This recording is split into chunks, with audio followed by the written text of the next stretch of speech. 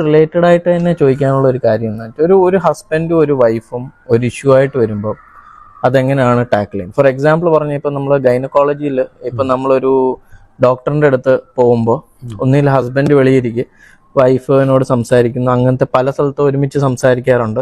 അപ്പം അങ്ങനത്തെ ആണോ അത് what is the methodology that use? അത് രണ്ടുപേരും ഒരുമിച്ച് ഇരുത്തിയുള്ള ഒരു പലർക്കും ആ ഒരു ബുദ്ധിമുട്ടുണ്ടാവില്ലേ പറയാനായിട്ട് ഒരുമിച്ചിരിക്കുമ്പം? യെസ്, ഇതൊരു ചോദ്യമാണ്. വരുൺ ചോദിച്ചല്ലോ, ഹസ്ബൻഡും വൈഫും കൂടെ വന്നാൽ എന്ത് ചെയ്യും? ഹസ്ബൻഡും വൈഫും കൂടെ വന്നാൽ ഞങ്ങളുടെ പണി വളരെ എളുപ്പമാണ്. പക്ഷെ ഒരു 50 to 60% കേസിലും ഇവർ ഒന്നിച്ചു വരത്തില്ല. ഇവർ ഒരാളാ വരുന്നത് മിക്ക കേസിലും. എന്താ കാര്യം ചോദിച്ചാൽ അവർ എന്താ രണ്ടുപേരും വന്നവരും ഉണ്ട്.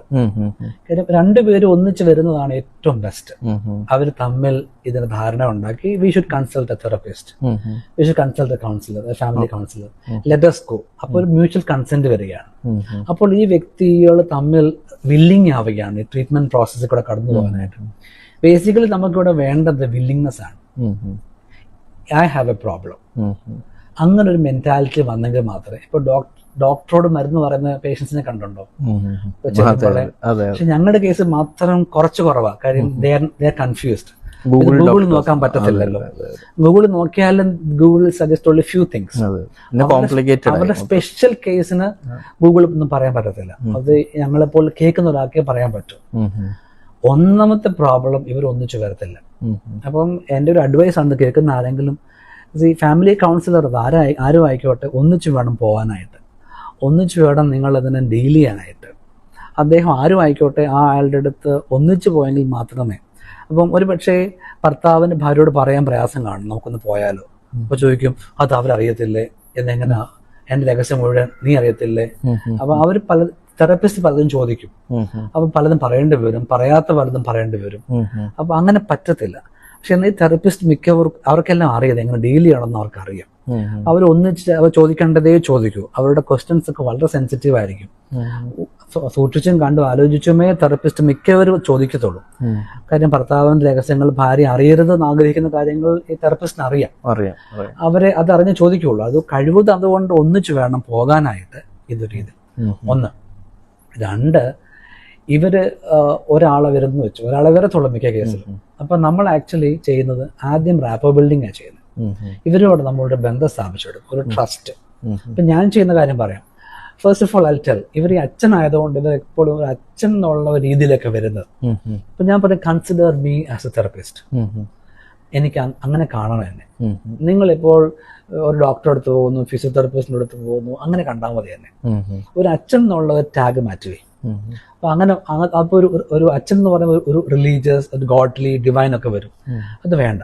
അപ്പൊ ഞാൻ പറഞ്ഞു, ഐ എം ജസ്റ്റ് എന്റെ കൗൺസിലിംഗ് റൂമിൽ ഞാൻ ഒരിക്കലും കുപ്പായത്തിൽ കഴിവതും പോകാറില്ല. No, that is my policy. പക്ഷെ അങ്ങനെ ചെയ്താൽ അതിന്റെ വേറൊരു ബെനിഫിറ്റ് ഉണ്ട്, അല്ലെങ്കിൽ ഞാൻ പിന്നെ പറയാം. എന്നാൽ ഞാൻ ആദ്യം ചെയ്യുന്ന ഇതാണ്. You consider me just as a therapist. I am an X or Y. കഴിവതും എന്നെ അറിയാവുന്ന ആളാണെങ്കിൽ ഞാനത് റിവീൽ ചെയ്യത്തില്ലെന്ന് ഉറപ്പ് തന്നെ വരുത്തും. Whatever you tell me is just a document. ഇതിപ്പോ മിസ്റ്റർ വരുണിന്റെ ഒരു കേസ് എൻ്റെ അടുത്ത് പറഞ്ഞാൽ ഞാൻ വരുണിനെ കാണത്തില്ല. I will see only the documents. വരുൺ ഭാര്യയുമായിട്ട് പ്രോബ്ലം ഉണ്ട്, ഭർത്താവിന്റെ പ്രോബ്ലം ഉണ്ട്, മക്കളുടെ പ്രോബ്ലം ഉണ്ട്. I will mark only the problems. നമ്മൾ ഈ പ്രോബ്ലംസ് ഐഡന്റിഫൈ ചെയ്തിട്ടാണ് നമ്മൾ ഇതിനെ റീഓർഗനൈസ് ചെയ്യുന്നത്. അങ്ങനെ ചെയ്തെങ്കിൽ മാത്രമേ ഹീലിംഗ് ഉണ്ടാവൂ. അല്ലെങ്കിൽ ഈ മനുഷ്യൻ പേടിക്കും, ഈ അച്ഛൻ ആരോടെങ്കിലും പറയുമോ. അതുകൊണ്ട് തന്നെയാണ് ഞങ്ങളുടെ പള്ളിയിലുള്ള ആളുകൾ ഞങ്ങളുടെ അടുത്ത് വരുന്ന കുറവാണ്. വികാരി അച്ഛനല്ലേ, അദ്ദേഹത്തിന് പറയാൻ പറ്റുമോ, അദ്ദേഹം വേറെ ആരെങ്കിലും പറയുമോ, അദ്ദേഹം നാളെ എന്നെ കാണുമ്പോ ഈ കണ്ണോടെ കാണുമോ. ഇതൊരു വലിയ ടാബുവാണ്. നാളെ ഈ വ്യക്തി എന്നെ കണ്ടാൽ, എനിക്ക് എക്സ്പീരിയൻസ് ഉണ്ടായിട്ടുണ്ട്. എന്റെ ക്ലയൻസ് പലത് ചെല്ലുമ്പോൾ എന്നെ കാണാൻ ഫേസ് ചെയ്യാൻ മടിക്കുന്നുണ്ട്. അത് ഇതിന്റെ ഒരു പ്രത്യേകത തന്നെയാണ്. പക്ഷെ ഞാൻ എങ്ങനെയെങ്കിലും ടാക്കിൾ ചെയ്തിട്ട് പറയാൻ ശ്രമിക്കാറുണ്ട്. No, this is done. When treatment is over, it's over. Where process is over, it's over. ആ ഒരു ഒന്ന് റാപ്പോ ബിൽഡിംഗ്.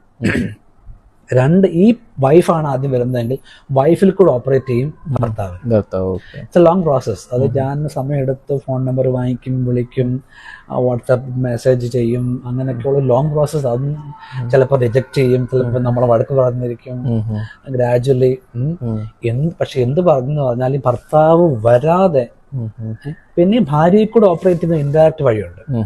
ഭർത്താവിന്റെ ഇൻഫർമേഷൻസ് ഭാര്യ വഴി ഞാൻ റിസീവ് ചെയ്യും. എന്നിട്ട് ഭാര്യയോട് പറയും you modulate your behaviours accordingly. Indirect way ആണ്, അങ്ങനത്തെ വഴിയുണ്ട്. അത് എഫക്റ്റീവ് ആണെന്ന് ചോദിച്ചാണ്.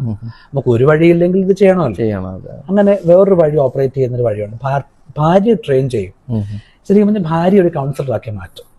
ഈ ഭർത്താവിനെ അക്സെപ്റ്റ് ചെയ്യാൻ ഭാര്യയ്ക്ക് ബേസിക് ഒരു ക്രാഷ് കോഴ്സ് കൊടുക്കും. എന്താണ് കൗൺസിലിംഗ്, എന്ത് ചെയ്യണം, എന്താണ് ടെക്നിക്ക്. അപ്പൊ ഈ പുള്ളിക്കാരി പക്ഷേ കുറച്ചൊക്കെ ഏബിൾ ആകും ഈ ഭർത്താവ് ബിഹേവ് ചെയ്യും മനസ്സിലാക്കാൻ എങ്കിലും ഒരു കെൽപ്പുണ്ടായി. ഗ്രാജുവലി ആ വഴി ഓപ്പറേറ്റ് ചെയ്യും. ഇങ്ങനെ ഓപ്പറേറ്റ് ചെയ്ത് വരുമ്പോൾ ഈ പുള്ളിക്ക് മാറ്റം ഉണ്ടാവും. തിങ്ക് ചെയ്യും why she is behaving this way. അപ്പം he will have definitely changes. പിന്നെ കുഞ്ഞുങ്ങൾക്ക് വ്യത്യാസം ഉണ്ടാവും.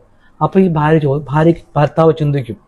അപ്പൊ ഭാര്യ പറയും I was getting some training, I was receiving some, so shall we go. അപ്പോഴും ചിലപ്പോൾ അദ്ദേഹം വന്ന് വരത്തില്ലായിരിക്കും. പക്ഷെ കുറച്ച് കഴിയുമ്പോൾ അയാള് അപ്പൊ ഞാൻ ഓൾറെഡി വേറെ വശത്തോടു കൂടി ഇങ്ങനെ ഓപ്പറേഷൻ നടത്തുന്നുണ്ടായിരിക്കും. എങ്ങനെയെങ്കിലും ഒക്കെ കൺവിൻസ് ചെയ്യാൻ ശ്രമിക്കുന്നുണ്ടായിരിക്കും. അങ്ങനെ ഈ രണ്ടുപേരും തമ്മിലുള്ള റാപ്പോ ഞാൻ ബിൽഡ് ചെയ്ത് കഴിയുമ്പോൾ I can trust this person. This person is A good trust worthy person. Okay, എന്റെ രഹസ്യങ്ങൾ പറയാൻ പറ്റിയ ഒരാളാണ്, കുഴപ്പമില്ല എന്നൊരു തോന്നൽ വന്നാൽ അടുത്ത് വരും. അടുത്ത് വന്ന ശേഷം ഫാമിലി തെറപ്പി.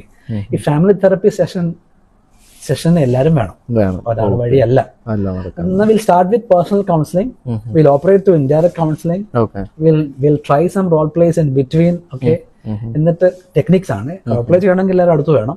എന്നാൽ ചെയ്ത ശേഷം ഗ്രാജുവലി ഇത് സോൾവ് ചെയ്തെടുക്കാനുള്ള ഒരു അതാണ് ഫസ്റ്റ് ബേസിക്കലി ചെയ്യുന്നത്. ഒരു ക്ലയന്റ് അടുത്ത് വരുമ്പോൾ പിന്നെ ഇതൊരു പ്രോസസ്സും വളരെ ലോങ് ആണ്.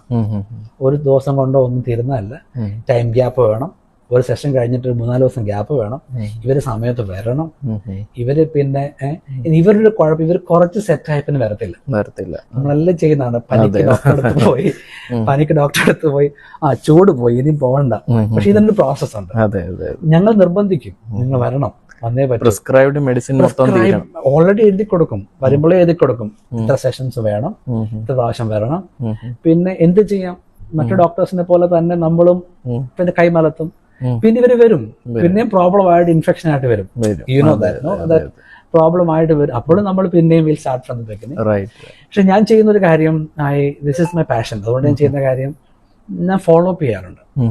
ഈ സെഷൻ റൂമിന് പുറത്ത് ഉള്ള ബന്ധങ്ങൾ അവരോട് വിളിക്കുകയും അവരെന്നെ വിളിക്കാനുള്ള സ്വാതന്ത്ര്യം കൊടുക്കുകയും അതിനിടയ്ക്കുള്ള ഒരു ഹീലിംഗ് പ്രോസസ് നടത്തുകയൊക്കെ ചെയ്യാൻ ഫോൺ വിളികളും അവരിടയ്ക്ക് ഒരു ഫാമിലിയിൽ ഒരു ഫോൺ കോൾ ചെയ്യുകയും ഒരു വീഡിയോ കോൾ ചെയ്യുകയും അപ്പൊ അവരുടെ കണ്ടിന്യൂസ് ഇൻസ്പെക്ഷൻ.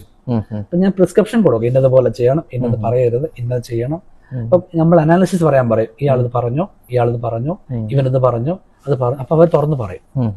അങ്ങനെ ഗ്രാജുവലി ഇത് കാര്യങ്ങളൊക്കെ അതാണ് ഇതിന്റെ പ്രോസസ്. ഇതിനിടയ്ക്ക് ട്രീറ്റ്മെന്റ് പാറ്റേൺ ഇതല്ല. ട്രീറ്റ്മെന്റ് പാറ്റേൺ ഫാമിലി ആയിട്ട് വരുമ്പോൾ there are activities, there are therapy sessions, there are writing activity, there are some toy activities, there are some പിന്നെ മെഡിറ്റേഷൻ ആക്ടിവിറ്റീസ്, പല ആക്ടിവിറ്റീസ് ഉണ്ട്. ഇത് കൂടെ ഒക്കെ gradually we can bring the family back if they cooperate. On a condition that if they cooperate. Without the cooperation we cannot do anything. നമ്മൾ പുറകെ പോയാലും that will not work. Accept ചെയ്ത് willing ആയിട്ട് we want some help, we need to come out of it എന്ന് പറഞ്ഞ് family therapy sessions നമുക്കൊരിക്കലും family ഒന്നാക്കാൻ വേണ്ടി മാത്രമല്ല, ഡിവോഴ്സ് ആക്കാനും ഇത് ഉപയോഗിക്കാം. ഞാൻ അങ്ങനെ പറയാൻ പാടില്ലെങ്കിലും പറയാം.